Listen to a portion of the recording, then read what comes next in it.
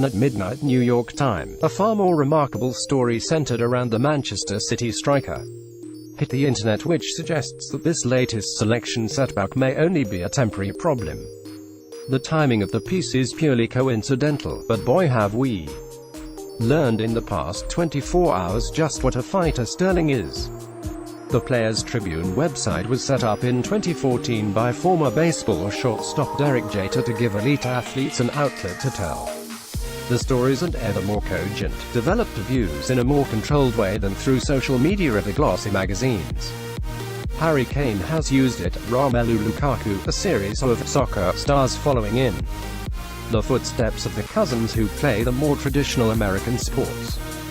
The interview was conducted at St. George's Park in the build-up to the tournament, and the publication date pre-agreed long before Steve Holland's notepad again drew attention to the 23-year-old. The most striking thing to come out of the first-person piece is not the setback that Sterling has suffered, but the resilience he has shown and his determination, whatever the odds and institutions stacked against him, to take his destiny into his own hands. "I was so naughty that they kicked me out of primary school," he admits bluntly. "Technically, they didn't kick me out. They just told my mum that I needed to be in an environment with more attention. They put your man in a little classroom with 6 kids and 3 teachers. Not joking. There was nowhere to hide. The worst part was the bus used to pick us up and drop us off every day. So I'll never forget, I was riding the bus one day, looking out the window, and I saw all these other girls and boys walking to school on their own, having a laugh. And it really hit me, and I thought, I want to do that. I want to be like everyone else. There's nothing wrong with me. I'm just quiet, so I got on my best behavior straight away, and after about a year, I moved back to the big school." Bus rides feature heavily in Sterling's life story. 3 buses, he recalls. The 18 to the 182 to the 140. The red double-deckers with the blue wool 80s vibe on the seats. Spent ages on those. Would leave at 3:15 and get home at 11 p.m.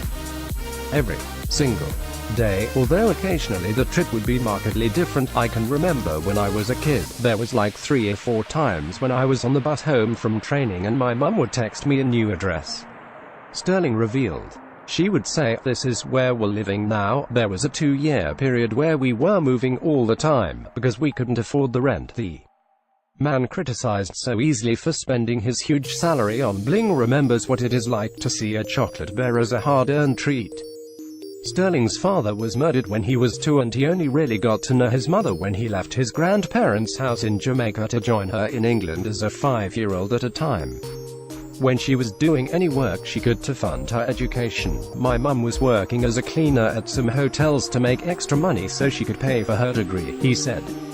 "I'll never forget waking up at 5 in the morning before school and helping her clean the toilets at the hotel in Stonebridge. The only good part about it was that my mum would let us pick anything we wanted from the vending machine when we finished.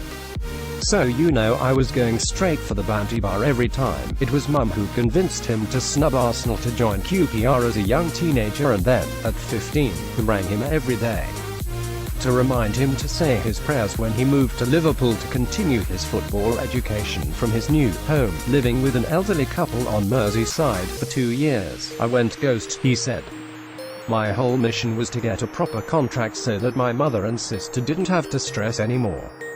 The day that I bought my mum a house, that was probably the happiest I've ever been." Subsequent reports about her dual-encrusted bathroom were water off a duck's back for Sterling. "If people want to write about my mum's bathroom in her house, all I have to tell you is that 15 years ago we were cleaning toilets in Stonebridge and getting breakfast out of the vending machine.